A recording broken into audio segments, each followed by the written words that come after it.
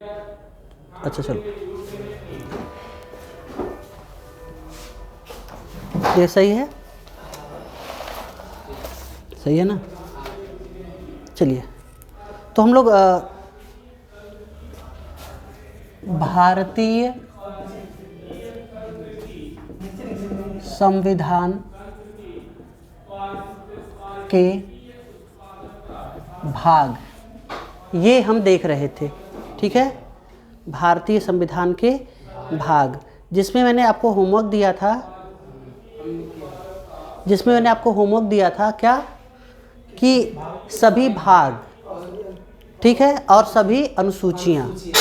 तो सभी भाग और सभी अनुसूचियाँ आपने कर ली, कोई समस्या नहीं आई। और साथ ही साथ मैंने आपको कुछ और होमवर्क दिया था। क्या दिया था? लिखना था 30 एक्ट था उसमें, और यानी मैंने कहा था 10 दिसंबर को जो मानवाधिकार की सार्वभौमिक घोषणा हुई थी, उसको, उसके 300 पॉइंट्स को आपको लिखना है। तो वो यूएन की ऑफिशियल वेबसाइट पे 300 मिल जाते। आपने लिया वहाँ से? हाँ, ठीक है।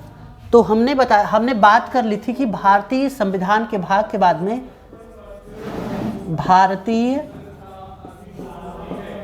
संविधान की विशेषताएं, ठीक है, इस पे बात हो चुकी है हमारी। कौन कौन सी विशेषताएं हमने लिखा है, बताई थी?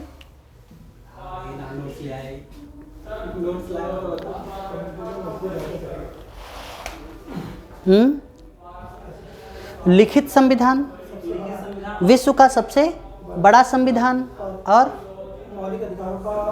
नम्य तथा अनम्य का मिश्रण, अधिकार तथा कर्तव्यों की विस्तृत घोषणा, संघ के साथ साथ राज्यों का कानून, ठीक है, और उसके साथ में सरकार तथा सरकार की संस्थाओं के उत्तरदायित्व, कार्य और उनको कार्य संपादन करने का नियम। ये सारी चीज़ें हमारे संविधान में लिखित हैं। और साथ ही साथ हमारा संविधान 1935 के अधिनियम की, कहते हैं, प्रतिलिपि है। यानी वहाँ से भी चीज़ें ली गई, तमाम देशों से ली गई, इसलिए सबसे बड़ा हो गया, ठीक है। और इस संदर्भ में डॉक्टर अम्बेडकर का एक कथन हमेशा याद आता है। आपको शायद एक बार पीटी में पूछा जा चुका है कि वर्तमान विश्व में, दुनिया में जो संविधान प्रचलित हैं, उनका सही और गलत हमें पता है। नए चीज़ों के प्रयोग करने का समय अब नहीं रहा। यानी कि जो चीज़ गलत है उसको कैसे सही किया जाए, जो चीज़ सही है और हमारे परिप्रेक्ष्य में सही है। जैसे एक चीज़ देखिए, हाँ, राजस्थान में ठंडी में इस बार बर्फ़ पड़ गई, ठीक। मान लीजिए कि हमारे यहाँ पे जब ठंडी पड़ती है और जब राजस्थान में ठंडी पड़ती है, दोनों में अंतर होता है। क्या अंतर होता है? ठीक है, यानी वहाँ पे टेम्परेचर चाहे गर्मी हो चाहे ठंडी हो, तेज़ी से फ्लक्चुएट करेगा। और वहीं क्या बम्बई में वही चीज़ है? क्या यूपी में वही चीज़ है? नहीं। यानी हर जगह की परिस्थिति के अनुसार अलग अलग स्थितियाँ होती हैं, ठीक है।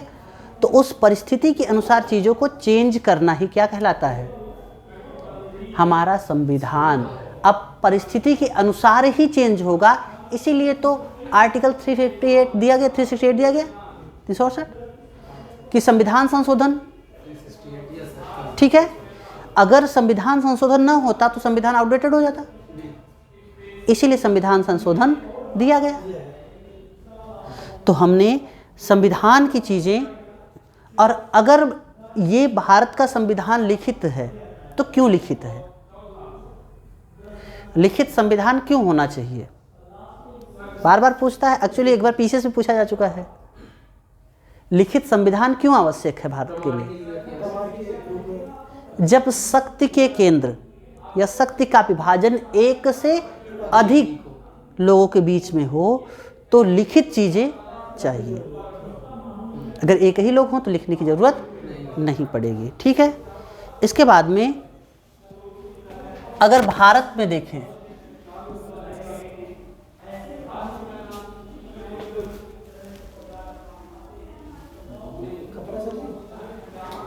यही चला गया, यही चला गया मार्कर ही।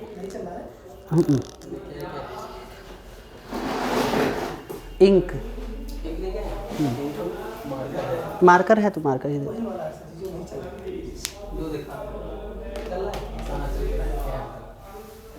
ठीक है, तो भारत में जो सरकार है, यानी सरकार के कितने अंग?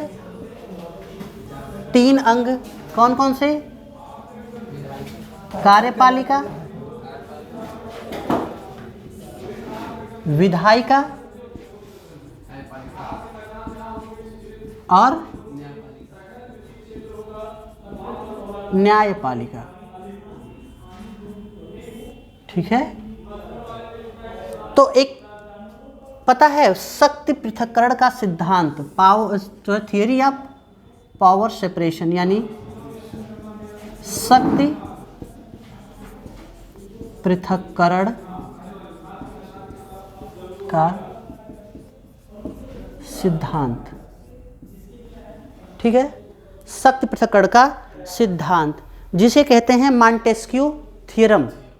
ठीक है, मॉन्टेस्क्यू ने क्या कहा कि सरकार के विभिन्न भागों का या सरकार के विभिन्न स्तरों में, सरकार के विभिन्न अंगों में शक्ति का स्पष्ट विभाजन होना चाहिए, यानी शक्ति का स्पष्ट विभाजन होना चाहिए। अब शक्ति का स्पष्ट विभाजन क्यों आवश्यक है? यानी कार्यपालिका न्यायपालिका के क्षेत्र में न जाए, न्यायपालिका कार्यपालिका के क्षेत्र में न जाए, कार्यपालिका विधायिका के क्षेत्र में न जाए और विधायिका। तो ये है, कहते हैं कि ऐसा होगा तो क्या होगा, तब एक बेहतर सरकार चल सकेगी। लेकिन क्या भारत में ऐसी चीजें हैं? हैं। यानी अगर मैं कहूं, आप देखिएगा अध्यक्षात्मक प्रणाली, प्रणालियों को आपको याद रखना है कि नोट से भी पढ़ना है, और यहाँ पे मैं प्रणालियों को वही दिखाऊंगा जैसे आपको क्वेश्चन बन सकते हैं। अध्यक्षात्मक प्रणाली में तो क्लियर है कि जो कार्यपालिका है वो विधायिका से अलग होती है, राष्ट्रपति का चुनाव अलग होता है, और जो वहाँ का लेजिस्लेटिव असेंबली जैसे अमेरिका में है उसका जो है अलग होता है, और न्यायपालिका फ्रीडम या सर्वोच्च और स्वतंत्र होती है। ठीक है, यानी अध्यक्षात्मक प्रणाली के साथ तो ये सही बैठता है, हाँ। लेकिन क्या संसदीय प्रणाली के साथ सही बैठता है?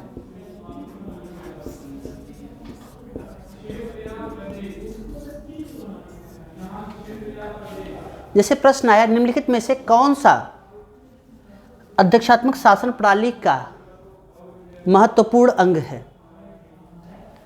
आया कार्यपालिका से विधायिका का पृथक्करण, न्यायिक सर्वोच्चता, राष्ट्रपति जनता के प्रति उत्तरदायित्व, राष्ट्रपति जनता द्वारा सीधे निर्वाचित। तो 1 2 3 1 2 2 3 उपयुक्त सभी।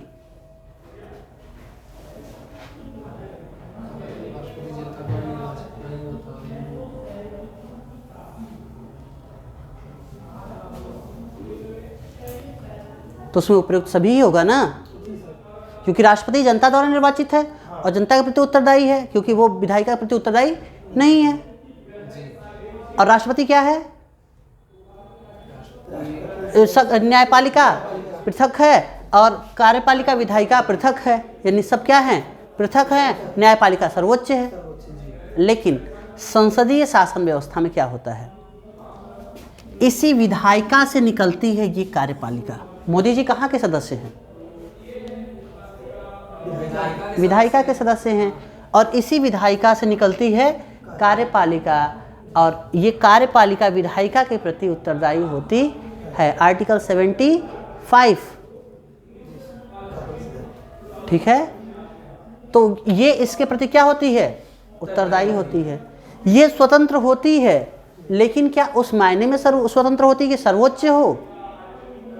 नहीं, सर्वोच्च नहीं होती है। यहाँ पे अगर संसदीय व्यवस्था में अगर आइडियलिस्टिक देखा जाए तो संसदीय सर्वोच्चता पाई जाती है, संसदीय सर्वोच्चता। और यहाँ पे कौन पाया जाता है? न्यायिक सर्वोच्चता, न्यायिक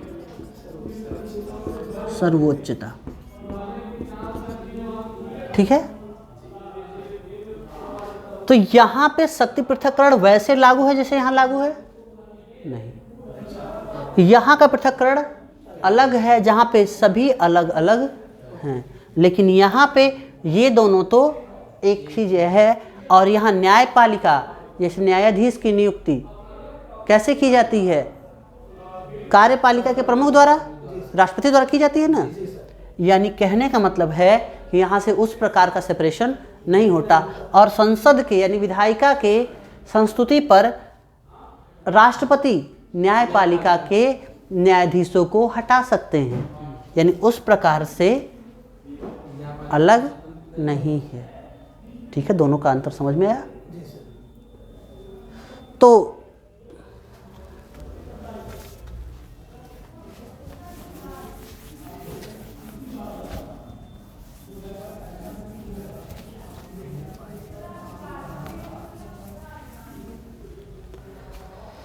हमने अध्यक्षात्मक प्रणाली, जो आइडियल अध्यक्षात्मक प्रणाली है वो कहाँ की है? यूएसए की है। जो आइडियल संसदीय प्रणाली वो कहाँ की है? ब्रिटेन की है। तो भारत की क्या है? कुछ अध्यक्षात्मक, कुछ संघात्मक, यानी कनाडा। ठीक, कुछ संसदीय, कुछ अध्यक्षात्मक, यानी कनाडा वाला। तो हमारा संघीय तंत्र कहाँ से लिया गया है? कनाडा से लिया गया है, ब्रिटेन से नहीं लिया गया है।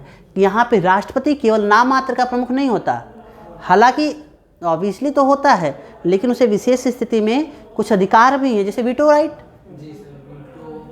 ठीक है, वीटो का अधिकार, किसी भी विधेयक को पुनर्विचार करने के लिए भेजने का अधिकार। ठीक है, और साथ ही साथ में जब कोई मेजोरिटी वाली सरकार नहीं आती है तो प्रधानमंत्री चुनने का दायित्व राष्ट्रपति के विवेक पे होता है कि वो क्या करे, अपने विवेक के अनुसार राष्ट्रपति का चयन कर दे। यानी वैसा तो वो मोहर का, जैसे रबर स्टैंप कहते हैं, जैसे ब्रिटेन में राजा रबर स्टैंप है, वैसे भारत में राष्ट्रपति तो है नहीं। ठीक है, और ब्रिटेन में राजा जो है वो निर्वाचित है क्या? नहीं है, राजतंत्र। लेकिन भारत का राष्ट्रपति भारतीय संघीय व्यवस्था का प्रमुख है, इसीलिए वो राज्यपालों को भी नियुक्त करता है। वो भले से करे लेकिन राज्यपालों को नियुक्त करता है, भले से प्रधानमंत्री के कहने पे करे, क्योंकि संसदीय व्यवस्था की अपनी एक मर्यादा है। तो हमने विधिवत यानी सरकार के तीनों अंग,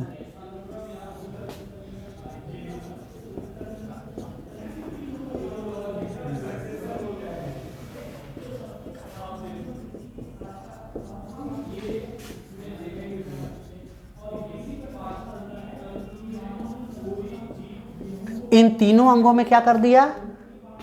एक कहते हैं कि हमने क्या कि शक्ति पृथक्करण उस हिसाब से नहीं किया जैसे अमेरिका में है।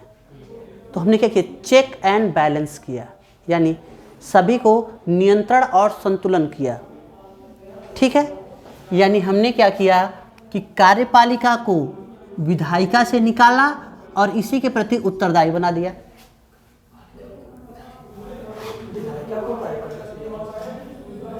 विधायिका से कार्यपालिका को निकाला और इसी के प्रति उत्तरदायी बना दिया। ठीक है, और हमने विधायिका पर न्यायिक नियंत्रण रखा। किस तरीके से? हमने कहा कानून के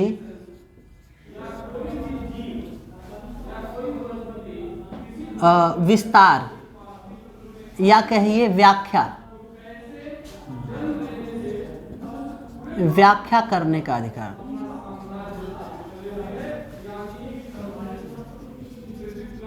किसके पास है? और साथ ही साथ में आर्टिकल 32 के तहत क्या है? इसे रिट निकालने का अधिकार भी है। आर्टिकल 226 के तहत रिट निकालने का अधिकार है। यानी हमारे यहाँ पे और रिट निकालेगा किसके खिलाफ, चाहे विधायिका के खिलाफ निकाल दे, चाहे कार्यपालिका के खिलाफ निकाल दे। और अगर कानून न्याय सम्मत नहीं रहा तो बाद में एक चीज और आ गई, वो है क्या, आधारभूत ढांचे का सिद्धांत, जो केशवानंद भारती बनाम केरल राज्य से आया और बहुत बार पूछा जा चुका है ये बात, एक दो बार नहीं, बहुत बार पूछा जा चुका है अलग अलग तरीकों से। ठीक है, तो यानी हमने क्या किया, कार्यपालिका को विधायिका में यानी लोकसभा में अगर बहुमत है तभी तक सरकार है और तभी सरकार बनेगी, और तभी तक, जब तक बहुमत है तब तक सरकार बनी रहेगी। ठीक, और हमने कहा कि अगर किसी को सरकार या कार्यपालिका का अंग बनना है, अगर वो विधायिका का अंग नहीं है तो भी वो बन सकता है, लेकिन कितने समय के लिए, 6 माह के लिए। 6 माह से के अंदर विधायिका का सदस्यता उसे लेना पड़ेगा। ठीक, ये चीज़ यहाँ तक क्लियर हो गई। यानी भारत में शक्ति विभाजन मॉन्टेग्यू जो है उसके क्या कहते हैं, थियरम के हिसाब से नहीं है। ठीक है, यानी भारत में अमेरिका जैसी स्थिति तो नहीं ही पाई जाती है। तो ये कहिए कि अगर मैं कहूँ संसदीय व्यवस्था की प्रमुख स्थितियां, तो लिख लीजिए संसदीय व्यवस्था के प्रमुख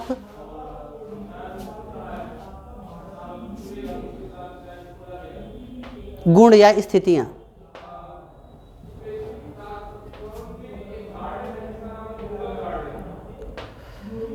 लिखिएगा, विधायिका का कार्यपालिका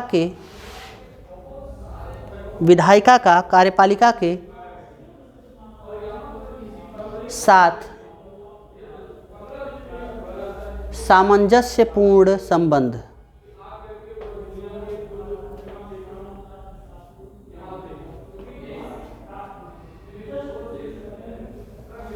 दूसरा, कार्यपालिका का सदस्य अनिवार्य रूप से विधायिका का सदस्य होता है। कार्यपालिका का सदस्य अनिवार्य रूप से विधायिका का सदस्य होता है।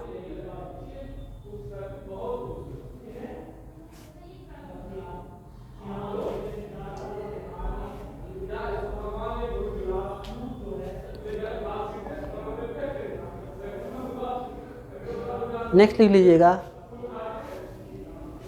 कार्यपालिका विधायिका के प्रति उत्तरदायी होती है।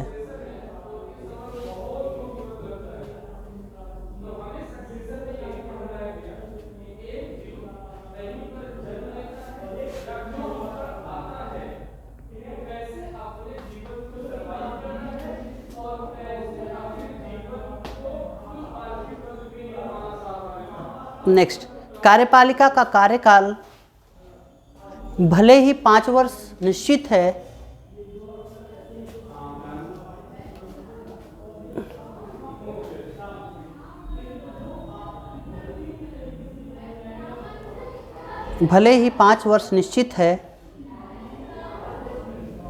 परंतु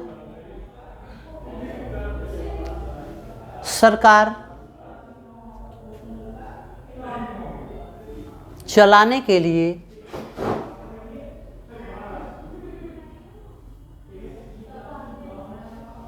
निम्न सदन में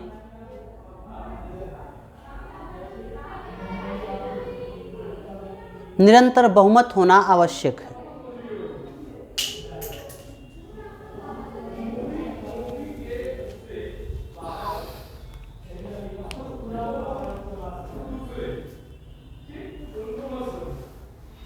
ठीक है, तो ये तो हो गया संसदीय शासन प्रणाली का कुछ महत्वपूर्ण गुण। लिखिएगा कि मतलब इसमें लिखिए कि इसमें संसदीय सर्वोच्चता और जो है न्यायिक सर्वोच्चता तो हमने पहले लिख लिया था। ठीक है, नीचे लिख लीजिएगा अध्यक्षात्मक शासन प्रणाली के प्रमुख गुण या प्रमुख विशेषताएं।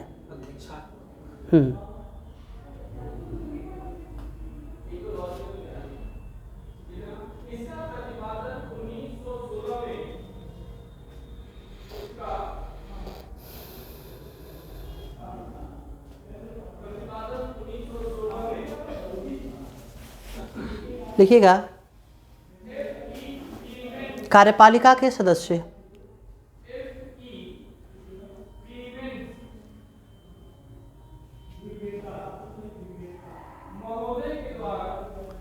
कार्यपालिका का सदस्य विधायिका का सदस्य होना अनिवार्य नहीं है। विधायिका का सदस्य हो ये अनिवार्य नहीं है, हो ये अनिवार्य नहीं है।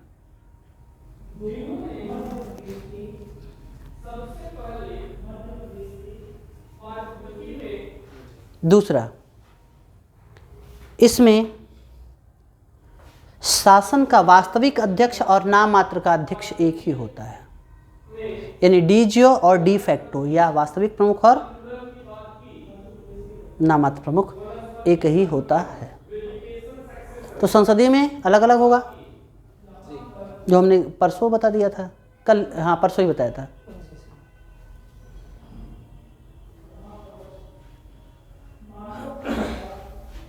लिखिए, तो कार्यपालिका निर्वाचित नहीं,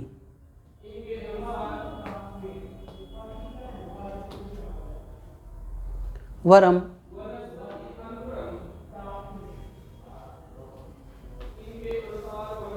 अध्यक्ष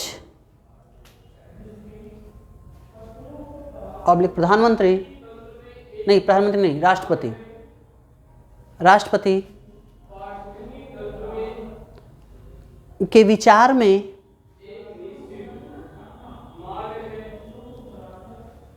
जो उस विषय का विशेषज्ञ है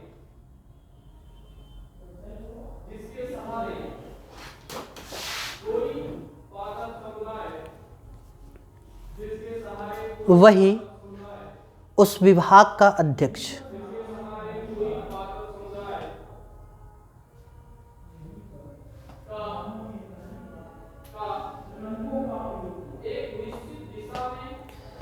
ठीक है, देखिएगा भारतीय संसदीय प्रणाली।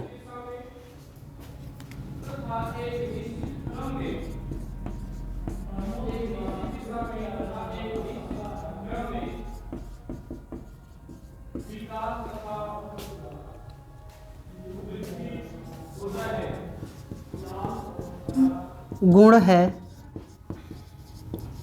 निश्चित कार्यकाल। ठीक है, निश्चित कार्यकाल गुण है।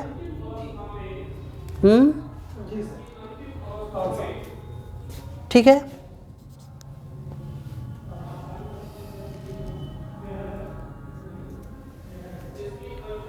उसके बाद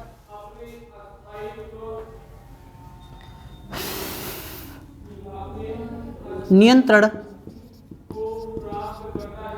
व संतुलन की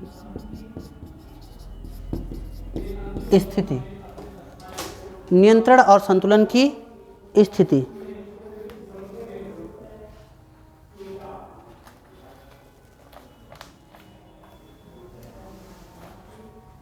ठीक है,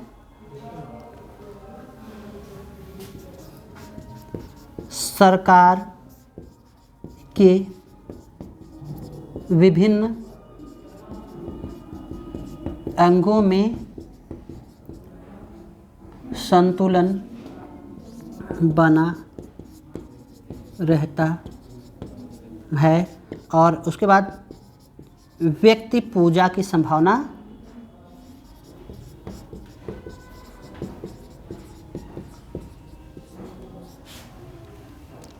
ठीक है, क्योंकि पूरा मंत्रिपरिषद है और पता चला कि सरकार गठबंधन की है, तब तो और बुरी स्थिति हो जाएगी। जैसे मनमोहन सिंह का दोष ये है, पहला ये है कि अस्थिर सरकारों का खतरा, दूसरा है कि दल बदल की समस्या,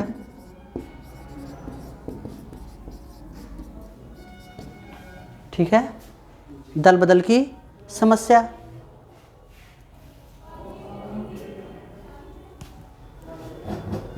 और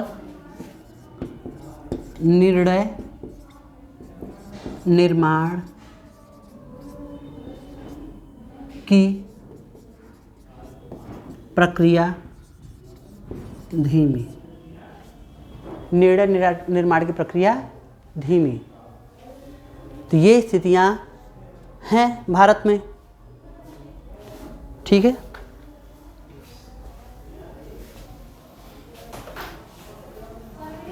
अब शासन व्यवस्था।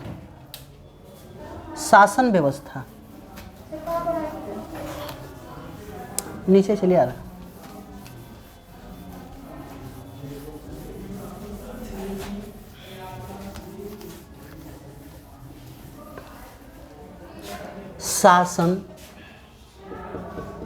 शासन व्यवस्था।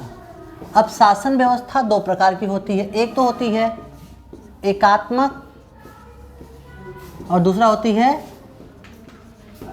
संघात्मक, unitary system and federation system. और फेडरेशन में भी तीन चीज़ें होती हैं, यूनियन, फेडरेशन एंड कन्फेडरेशन। ठीक है, तो इसके बारे में हम कल चर्चा करेंगे।